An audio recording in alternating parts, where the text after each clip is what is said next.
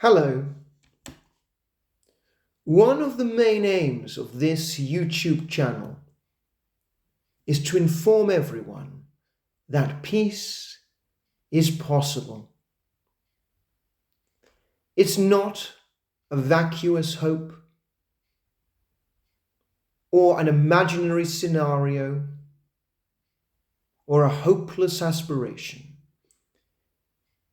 It exists.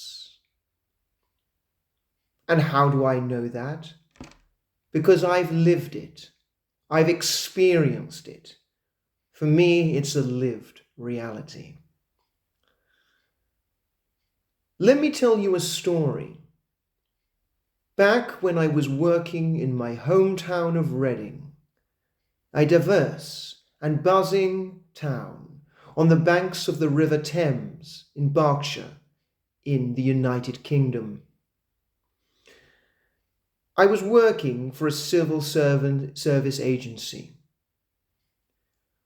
In my estimation, the majority of people working there were non-British whites, I apologize.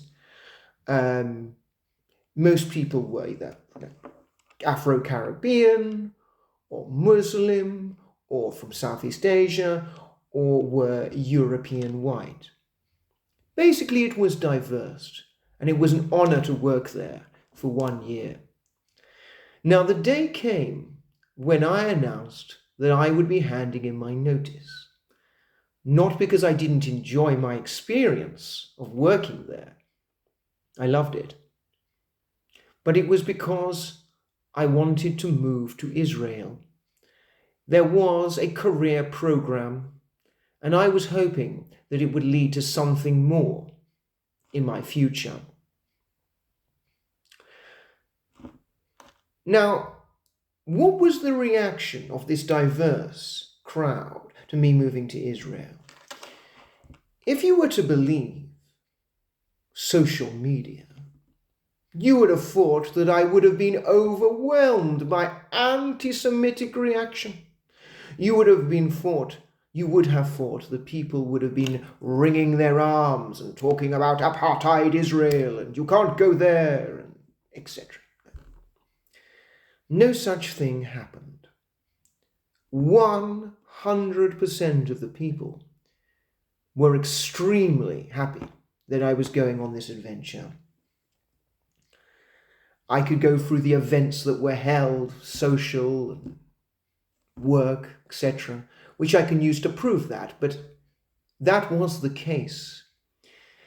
Now, of the people who made specific reference to the fact that I was going to Israel and not to Mexico or Brazil or some other adventure, of those people, most referenced the religious or prophetic or New Testament aspect. Oh, don't come back with sandals on, something like that.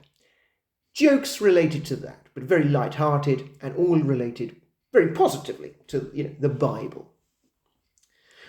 Of the small minority who referenced the conflict, their only preoccupation was my safety. No one, absolutely no one, badmouthed the state of Israel, and I have to re-emphasize the large amount of Muslims who worked there. There was one very religious Muslim, and probably if he had been in another surrounding, he may have said something, but it would have been socially unacceptable to have said it, and in fact, he would have been shouted down by all the other Muslims working there. Indeed, before I left, I went to a party. I went to an amazing Caribbean disco. I was one of only 2 non-black people at the party. There was me, a South Asian, and everyone else was Afro-Caribbean. It was fantastic, the music. It was like the normal disco, but everything was reggae-fied. Now, I spoke to the other Asian person at the party, and I said I was going to Israel, and you wouldn't believe what she said. She said, Israel? Conflict? She never heard of it. Israeli-Palestinian conflict, what's that? Even Israel, what's that? Now, I'm not saying this to mock her. Why should she know about it? Do you know about conflicts in Central African Republic and so forth? No. Yes, this one's more famous, but there's no reason why someone who's struggling with their bills, who has to look after children in tough times, would be thinking about a foreign conflict. My point is this, that she, a Muslim, and many Muslims are not preoccupied with the Middle East. They are normal, ordinary people.